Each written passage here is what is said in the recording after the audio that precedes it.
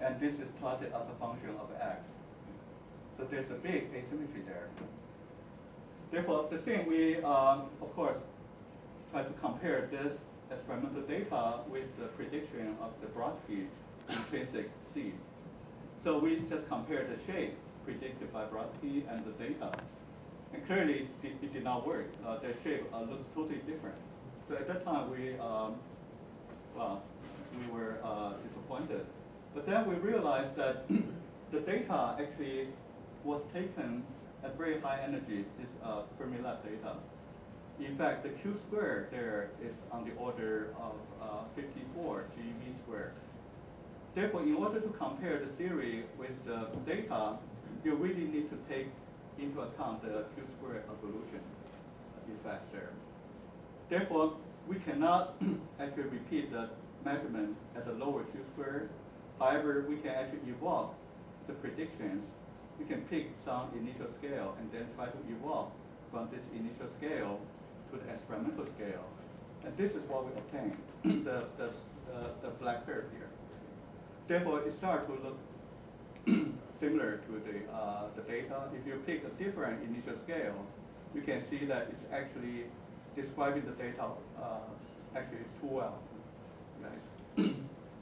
Therefore, this actually was very encouraging, and we also concluded just from this very simple analysis, you can deduce what is the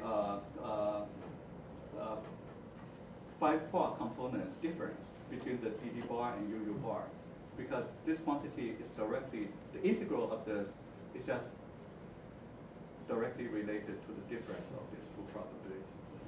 So this was actually can be directly obtained from this kind of analysis. So this probability, the configuration which correspond to these two probability, and this QQ bar uncorrelated case. That's right, exactly. So this is in the spirit of the simple Brodsky model, because the model does not predict what is the probability of those different terms. So we just try to determine that from the experiment. So to understand exactly what's happening there, so you took the Brodsky et al. Shapes. That's right. Define them at this particular scale, like 0.3 GeV, and then exactly. you use Aldarelli Parisi to exactly. digilab to evolve. Exactly, you got it. Therefore, you can see that once you evolve, this is also a flavor non-singlet object because it's really a valence-like quantity. It's a difference of two distribution there. Therefore, when you evolve, you don't need any other input. Just this distribution will be enough.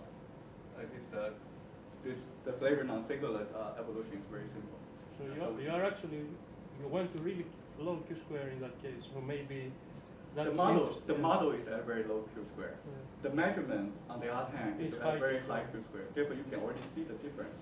So if you trust QCD evolution, you argue it should be okay. Yeah, because it's a valence-like quantity. Yeah. So there's no obvious reason why it should not work. Yeah, but from this the difference, does it tell us that the D quark and U quark really have some difference inside proton? That's right, because proton is not symmetric with respect to U and D. It has two U quark and one D quark.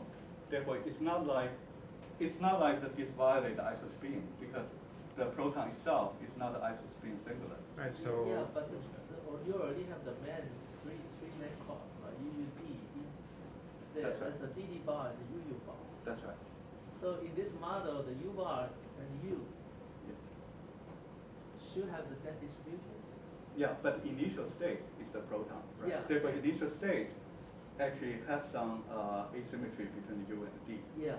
Yeah, it is true that if you look at this too, it doesn't look like their mass should be an issue there. Therefore, this is why when you calculate the x dependence of this D bar and U bar, they are identical. It's only the magnitude we cannot tell, because magnitude has to do with the non-perturbative effects of the initial hadron is a proton, which is U and D asymmetric. So was there isospin check on neutron With Yes, the status. actually we use that.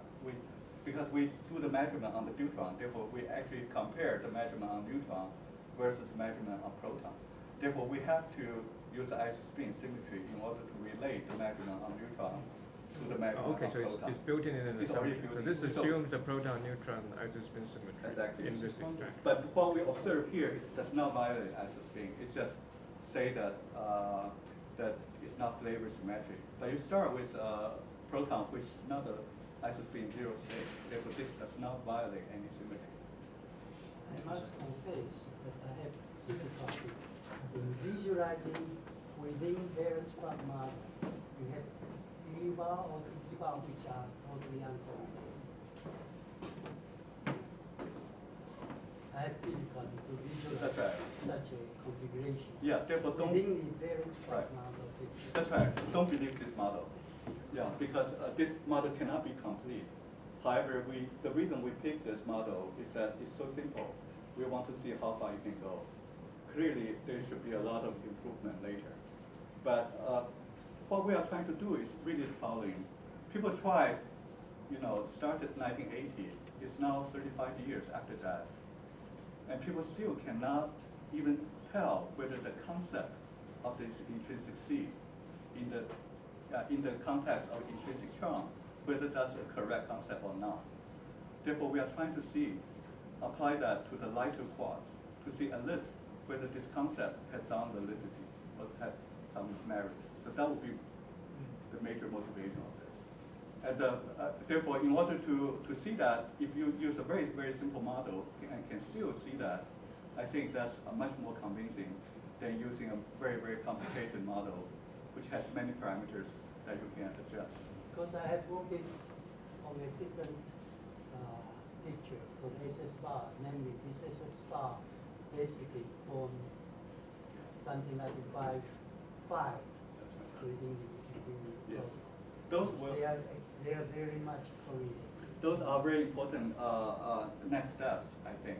In fact, you will see later that that will be exactly the thing I'm going to discuss.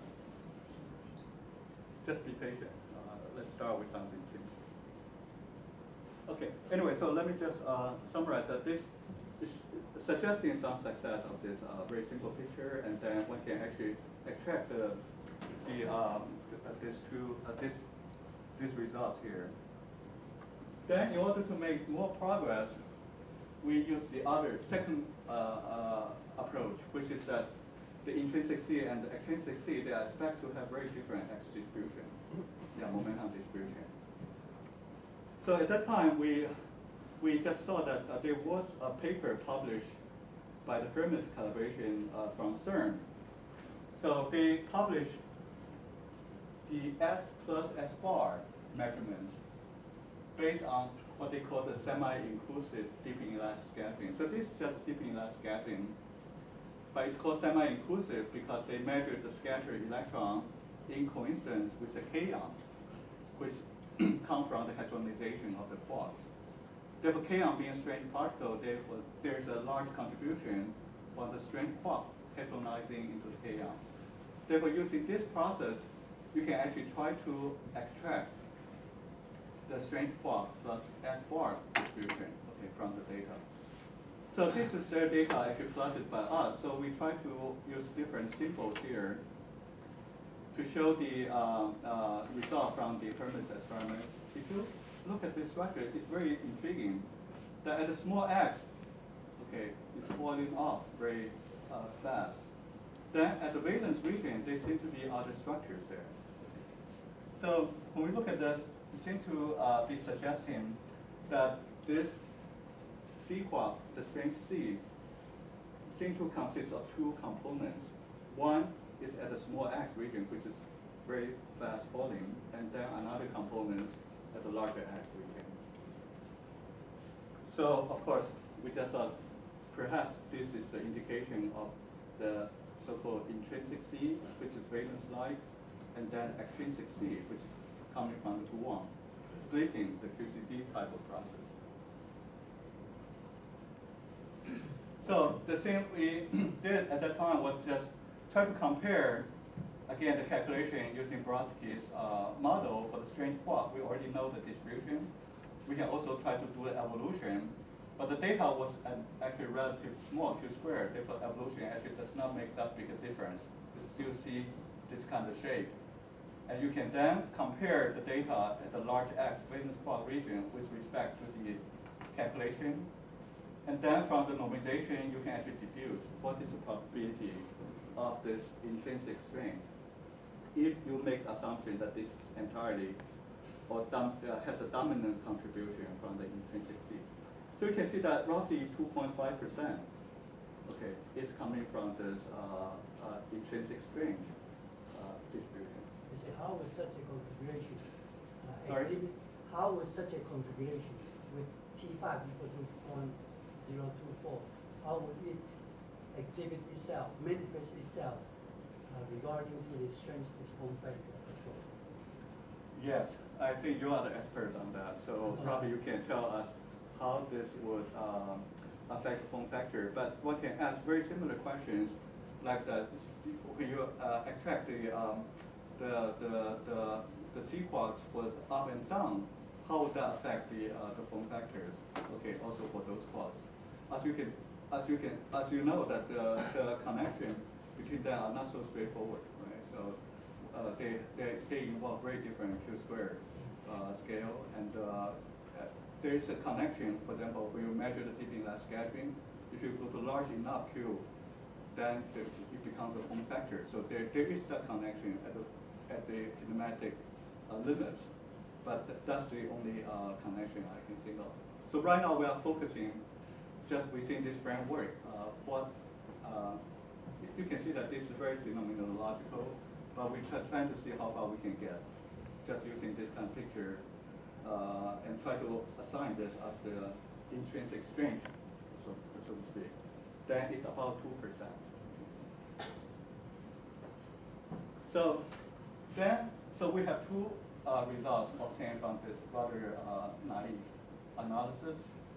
Then we would like to make more progress, so we came back to the question that are there other experimental observables which largely is independent of the extrinsic C. So then we saw that probably this is another interesting quantity. You can look at the D bar plus U bar minus S bar. Okay. So you can see that each individual distributions contain the intrinsic and extrinsic. Therefore, if you look at each individual distribution, it has a very small S components, which is rapidly rising as you move toward X equals 0.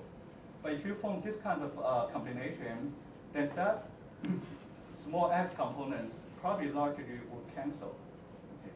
Therefore, what remains might also be indication of the intrinsic C. So this is indeed what we found.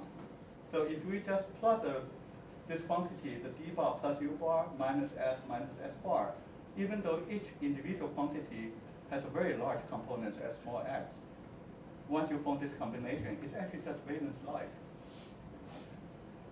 So this valence-like distribution, again, can be compared with the intrinsic C model calculation. And again, actually, the shape is reasonably well described by this very simple Brodsky model calculation. So this is very interesting because from the normalization, we actually obtain yet another linear combination of this U bar, V bar, and S bar intrinsic C components. So now, based on these three experimental observables, the D bar minus U bar, and S plus S bar, and D bar plus U bar minus S bar, we obtain three independent relations. And then from that, you can actually just extract what is the five-quark components, okay, or the intrinsic C components for the D bar, U bar, and S bar. Now we can actually come back to the original motivation, which is try to understand what would be the expectation for the intrinsic charm now. So if you look at how the component, how this various five-quark components changing as the flavor of the quarks, then if you do a little bit extrapolation, you actually expect that the probability for this intrinsic charm would be less than 1%. It's actually roughly a 0.25% or so. This is much smaller actually than the original guess by Brodsky and L. Therefore, I think the conclusion from this very simple study is that the concept intrinsic C might be a very valid concept. And the fact that experimentally there's no convincing evidence of the intrinsic charm is not because the concept is not correct. Rather, it's probably because the probability or the amplitude of that is just much smaller than the sensitivity of existing experiments.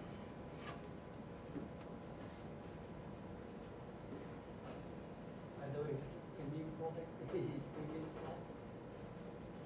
Since P, these are refers to amplitude, right? Right. How about the relative phase between this DT bar and SS bar? Yeah, in this case, this actually is the amplitude square. I think the notation is not very clear. Yeah. So we are not sensitive to the interference effects at all of those different amplitudes. This is you just assume you take the square root and assume they are valid. That's right. Exactly. Okay, I probably should not go into details. There's some recent development of the determination of S and S bar. This is, if you have a question, I will go to this. These are somewhat detailed, so I will skip this. So I just want to list all those implications or the future possibilities before going to the next topic. How much time do you have? Actually, 10 minutes. There were many questions. okay, 10 minutes. Okay, fine. So I think what we hope that we have shown is that the concept of intrinsic C is probably a valid one. However, the search for the intrinsic charm or even beauty, probably the existing experiment was just not sensitive enough. Okay. And one can also ask that can you actually extend this concept to the intrinsic gluons? Okay. And also, as Professor Yan is alluding to, that there are other aspects of this intrinsic C. One can ask what would be the spin-dependent observables and so on. And can you extend this idea to the mesons, other hadrons like the hadrons and mesons? To us, actually, the interesting question is that can you actually make some connection between this intrinsic C and also the lattice QCD formalism? So there was some development on that in collaboration with Prof and Haiyan and Wenzhen. So Kefe told us that in the lattice picture, there are two origins of the C. So it's what he would call the connected C and disconnected C. So if you look at this sort of cartoon, these three lines here, the time is this direction. So this represents the three valence quark in the proton. Therefore, you can see that this backward going loop, which has the same flavor as the valence quark, the backward going part will actually generate this anti-quark here. So this will actually allow the production of the B bar and U bar C, okay? Because these are the only flavor available, okay, for the proton. There's another kind of diagram for the backward going loop here, which can produce the C quarks. This loop here, which can produce both the quark and anti-quark C quarks, is disconnected from the flavor of the protons. Therefore, this can have any kind of flavor. You can have the U, D, S, etc. Therefore, this again will be able to produce the C quark here, the backward going will give you the anti-quark there. Therefore, these two different contributions of the C quark, they have rather distinct characteristics, both in terms of X distribution as well as the flavor dependence. So we just mentioned that the flavor dependence of this kind of C is the flavor is restricted to the U and D flavor. Here is actually covering all kinds, it's sort of flavor blind, roughly. And in terms of the X distribution, this is more valence-like, and this will be the C-like, okay, so disconnected. One can actually get some rather qualitative arguments saying that at small x, they should have rather different dependence. One would be more fast rising at small x for this one than this one. So,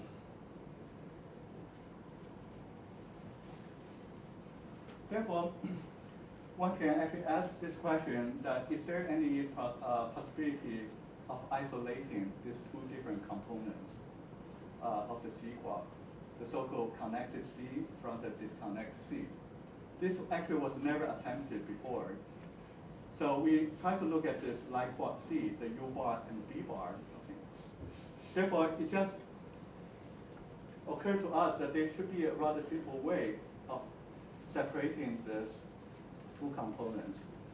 Actually, using some inputs from the lattice calculation, because there was a relatively recent lattice calculation for the disconnected diagram, and they show that the components of this disconnected C is relatively flavor blind. They compare the momentum carried by the strange-quark versus odd-quark C for this diagram. And the ratio is not equal to 1, but rather close to 1.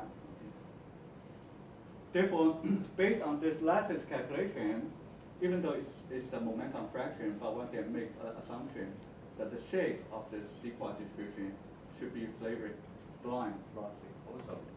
Therefore, based on this, one can actually do the following very simple trick, which is that from the lattice calculation, you can see that the strange quark is somewhat suppressed compared to the light quark for this disconnected diagram. But you can use the lattice value. And then you can say that the disconnect C contribution to the light quark, the U and D bar, is just having the same momentum distribution as a strange quark.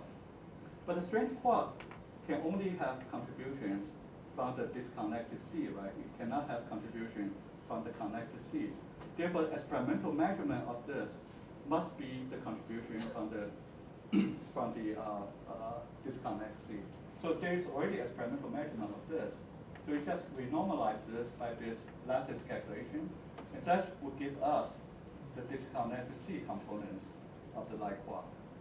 Then you can separate the disconnected C just by using the Poisson distribution function for the entire distribution, and then subtract the disconnected components. Then you'll get the connected C components.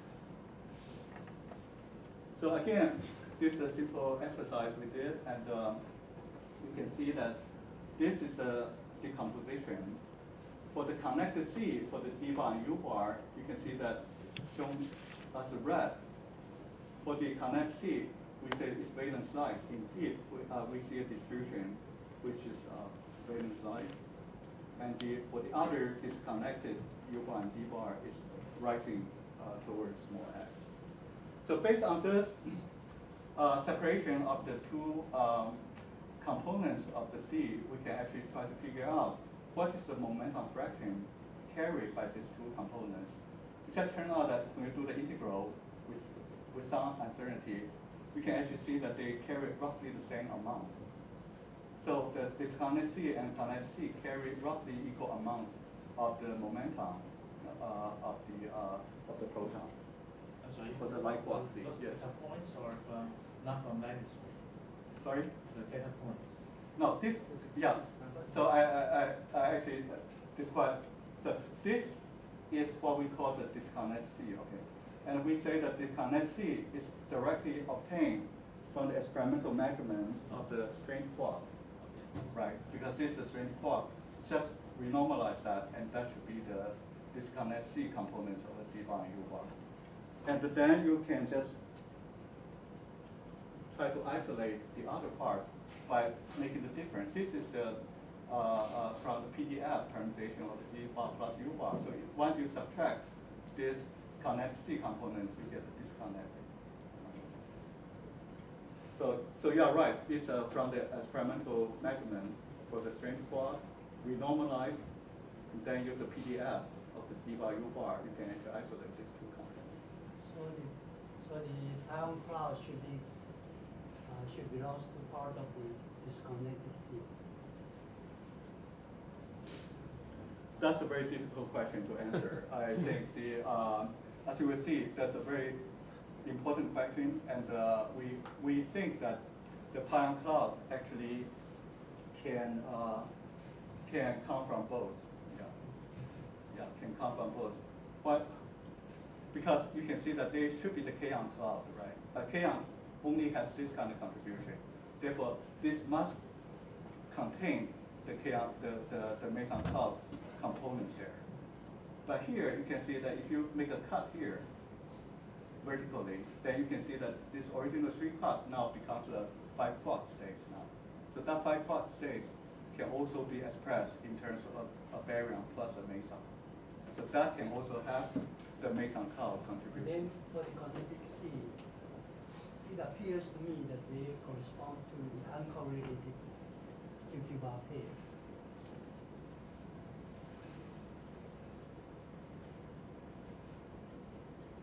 Why do you say that? You see that if you make a cut here, suppose you make a vertical cut here, then you have 3 quark lines here, and then anti-quark from the top line and the quark from the. Therefore, you actually have a 5-quark stage there, right? Yes. Therefore, there's no reason why this anti-quark is not correlated with that quark there. Right? Okay, this probably we can discuss this later. Anyway, this is just a simple, very simple. Okay. Then finally, if I can have another 5 minutes, I can stop anytime. Just yeah, just let me know. So the other quantity actually which is interesting is the ratio, the x dependence of the S and D bar U bar. So very recently, actually, there was this speculation that for a long time, people thought that strange quark is suppressed in the proton, okay, compared to the U bar and D bar. And indeed, I think from the neutrino scattering experiments, one see that roughly the strange quark is a factor 2 suppressed compared. However, if you look more closely, look at the momentum dependence, it's actually not flat. Okay. Therefore, this ratio is really strongly x-dependent. So in particular, there was some indication that at a very small x region, the flavor symmetry seemed to be restored. But with very large error bar.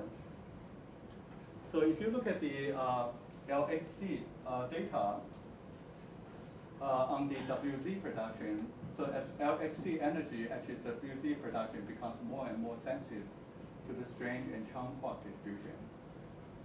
Therefore, one can actually, from W and Z production, one can try to extract the strange quark components. So what's plotted here is actually the ratio of the strange quark over the light quark ratio. So very surprisingly, they actually conclude that this ratio is consistent with 1. So again, we try to see whether this can be understood in a very qualitative kind of picture of this.